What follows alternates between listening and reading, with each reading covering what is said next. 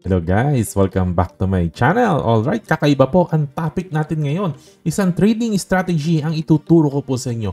Bollinger Bands for profitable trades.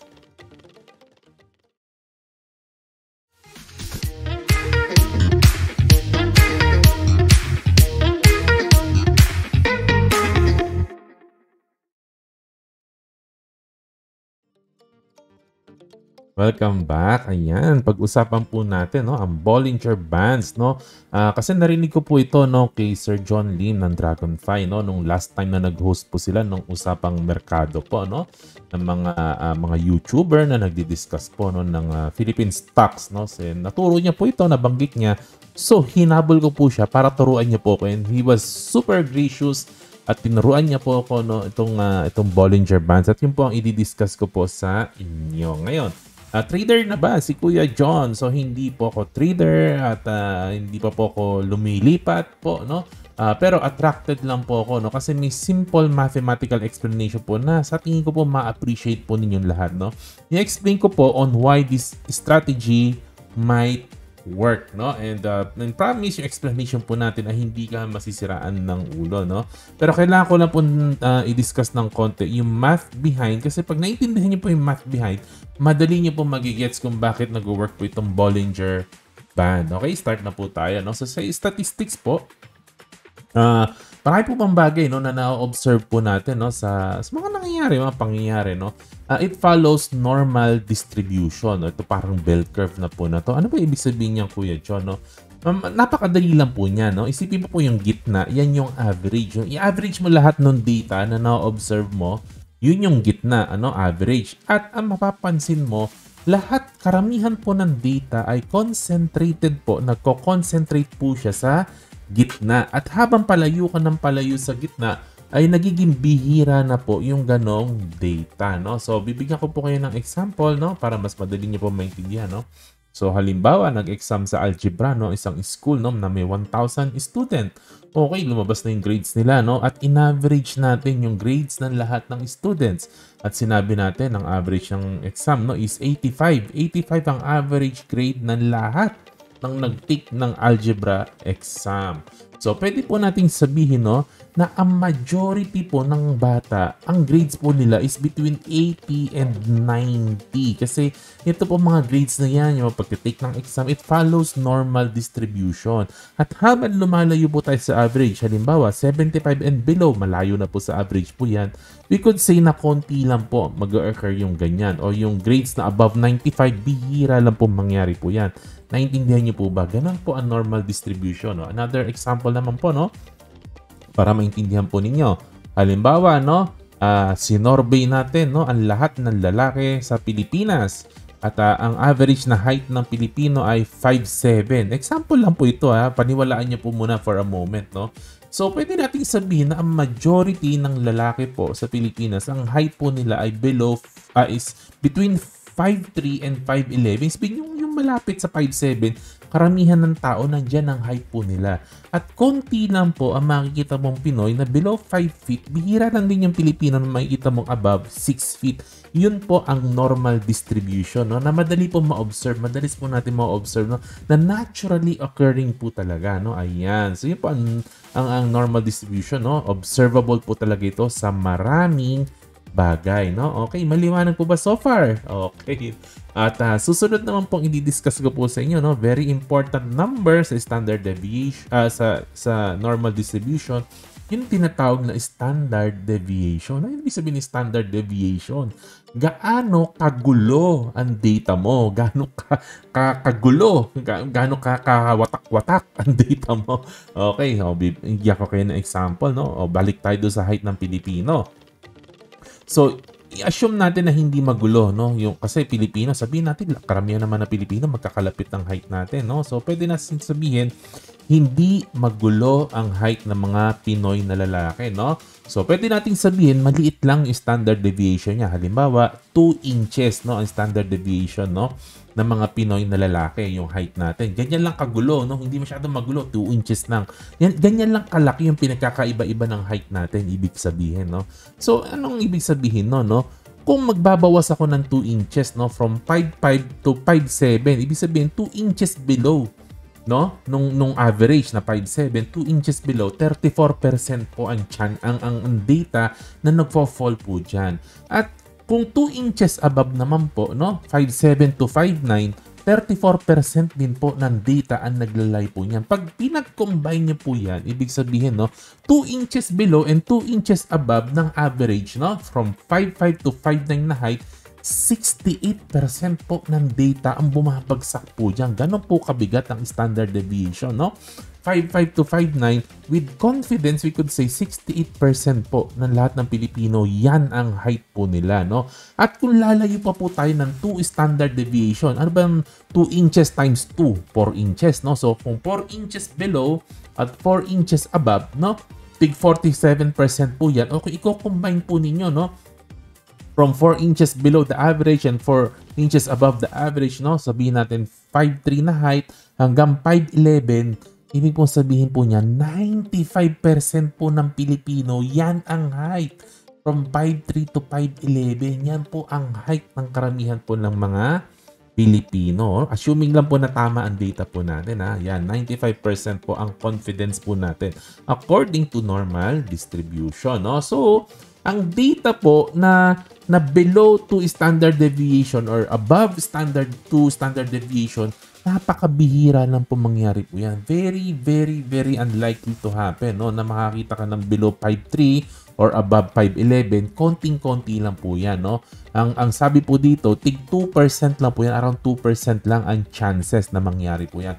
Very, very unlikely na lumihis ka within 2 standard deviation. Alright? Ayan. So, i-assume naman po natin, no, na magulo ang data natin. Mas magulo. Paano natin paguguluhin yung data ng height natin? Isama natin yung mga bata. Maliliit na bata sa data natin. Ayan, gugulo na. Tapos magsama tayo ng mga foreigner, ng mga basketball player, no? Halimbawa, kinuha natin yung data rin ng mga basketball player, ng mga foreigner. So, naghalo-halo na yung Pinoy na lalaki, tsaka yung mga bata, at saka yung mga matatangkad na foreigner, no? Pero lumabas pa rin na ang average na height natin is 5 feet 7 inches. Pero magulo na po ang data kasi ang dami nating isinamang magugulo. Okay? So, pwede natin sabihin, example lang naman po for illustration purposes para maintindihan niyo po ang statistics. Pwede po natin sabihin, since gumulo na ang data, ang standard deviation natin ngayon ay 4 inches. Di ko na po isasabihin kung paano nakakalculate yung standard deviation, ha? Baka masirahan ang ulo po ninyo. So, 4 inches po ang standard deviation po natin. So, ibig pong sabihin nito, 2 standard deviation or 2 times 4 inches, 8 inches. So, 8 inches below and 8 inches above, no? Yun po ang 2 standard deviation, no? So, magre-range to 411 to 63 ang para magkaroon tayo ng confidence na 95%. So, mas malaki na po yung range po natin, no? Para masakop na natin yung magulong data po na meron po tayo. Maliwanag po ba? So, sana na-appreciate po ninyo yung discussion po natin. Pero isa-summarize ko lang po sa inyo, no? Pag mas magulo po ang data, mas malaki ang standard deviation, no? Pag mas dikit-dikit naman po ang data, mas maliit ang standard deviation. Pero, regardless, no? Kung ano man ang value ng standard deviation is still the same principle, no? Within 2 standard deviation below and above the mean, no, 95% po ng data babagsak po dyan according to normal deviation, normal distribution. Maliwanag po ba? So sana na-appreciate po ninyo. Sabi sa inyo, mapagkakakitaan natin yung mga ganitong math nung dati. Hindi kasi kayo nakikinig sa teacher ninyo, no? Okay, papasok na po tayo sa Bollinger Band. Ano ba yung Bollinger Band? Ipapaliwanag ko lang po sa inyo, no?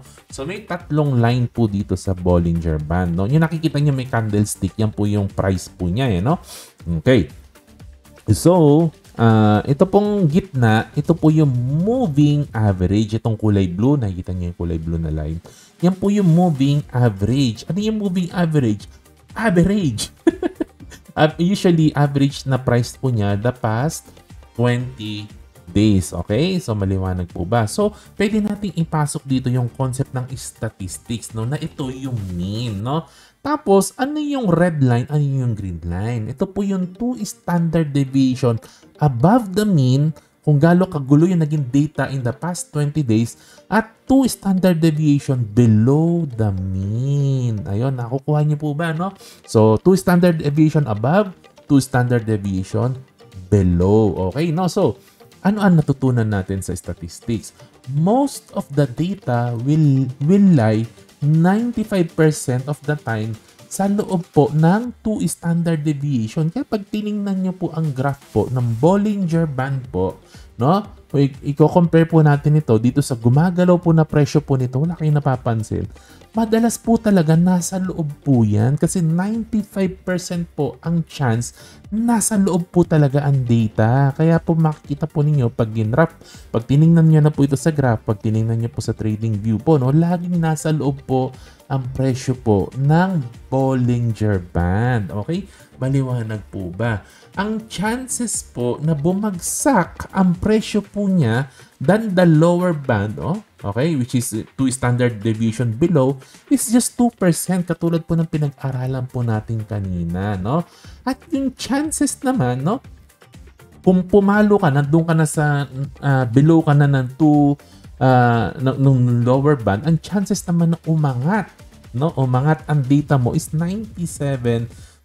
So this is just chances and probabilities. Nakukuha po ba natin? So nakikita po ba ninyo dito, no? Tuwing nakikita nyo po na pumapalo po siya below the lower band ng Bollinger Band, sumisipa po ulit pabalik sa taas yung presyo po ng stock. Tingnan nyo lahat, no? Tuwing pumapalo po siya below, no? Sisipa ulit siya pataas. Kasi nga po, yung chances po na maglinger po siya, yung data mo maglinger outside the band, maliit po eh. Nasa 2% lang po niyan eh. 97% po ng chance, babalik siya eh. Babalik siya sa loob ng band. Ayaw niya nasa labas, babalik siya sa loob. So yun po yung principle po niya. Nakukuha po ba natin? Sana po madali po ninyo naiintindihan po, no? Lalo na po itong huling-huling point dito sa bandang kanan po, no? Biglang pumalo na naman siya pataas, no? Okay, maliwanag po ba? So this is under normal condition. Yan po ang nangyayari. Kaya po, normal distribution under normal condition. Of course, ibang usapan if there is something very unusual, no? Like may natural disaster, nagkaroon ng tsunami, ibang usapan po yan. Nagkaroon ng war, or sobrang nalugi yung company. Siyempre po, no, maaring hindi po ma-follow po itong principle po na ito, no? Pero, kung chances lang naman po ang pag-uusapan, lamang na naman po tayo. Now, another thing you need to consider is narrow versus wide. Kaya po, dinidiscuss ko kanina yung standard deviation, yung magulo versus tahimik, no? So, pag nakikita po ninyo, no, na narrow, no, katulad po dito sa bandang kaliwa, no, narrow po siya. Ibig sabihin po, yung value po ng standard deviation, maliit. So, ibig sabihin po, tahimik po. Hindi po masyadong magulo ang data. Ngayon, tingnan nyo po sa kanan. Malaki po. Wide yung Bollinger Band po dito. Ibig sabihin po, magulo. Or, yung presyo po niya is very, very volatile. Naging sobrang volatile po ng presyo po nung stock po na yan at that period of time, no? So, tahimik versus magulo. Okay? Maliwanag po ba? So, ang strategy po na kinuwento sa akin ni Sir John din po, no? Ang magandang strategy is magbabay ka kapag near the lower, near the ilalim of the Bollinger Band, no? At ibebenta mo siya kapag nag-snapback po siya. Kasi parang ano ito, parang rubber band po ito. Na tuwing hahalik siya sa baba, papalo ulit siya pataas, no? At ang bilil niya lang din po, wag daw po tayong papasok, no? With this strategy, kung tahimik po ang Bollinger Band, mas maganda daw po kung wide or magulo po or very, very volatile, mas nag-work daw po ang Bollinger Band. Kasi daw po, pag narrow po yan, it represents consolidation or it follows a trend, mga ganun-ganon, no? So, hindi ko masyado naintindihan. Dumudugo ino ko. Alam mo naman, hindi naman ako ganun kagaling dito. Interested na ako sa math po niya, no? Ayan. So, when data is 2 standard deviation away, tandaan po ninyo, the probability is on your side. Much higher po ang chance po niya na bumalik po yan sa loob ng Bollinger Band. Ayun lang po ang discussion po natin, no? And I don't recommend that you trade using Bollinger Bands. Hindi ko po nire-recommend, no? Gusto ko lang pong i-discuss po sa inyo ang math behind po dito. At yun lang naman po ang kwentuhan natin ngayon. Basahin na lang ang mga disclaimer. Like, subscribe, share, hit na notification bell. Salamat po. Happy investing. God bless. To God be the glory. Bye-bye.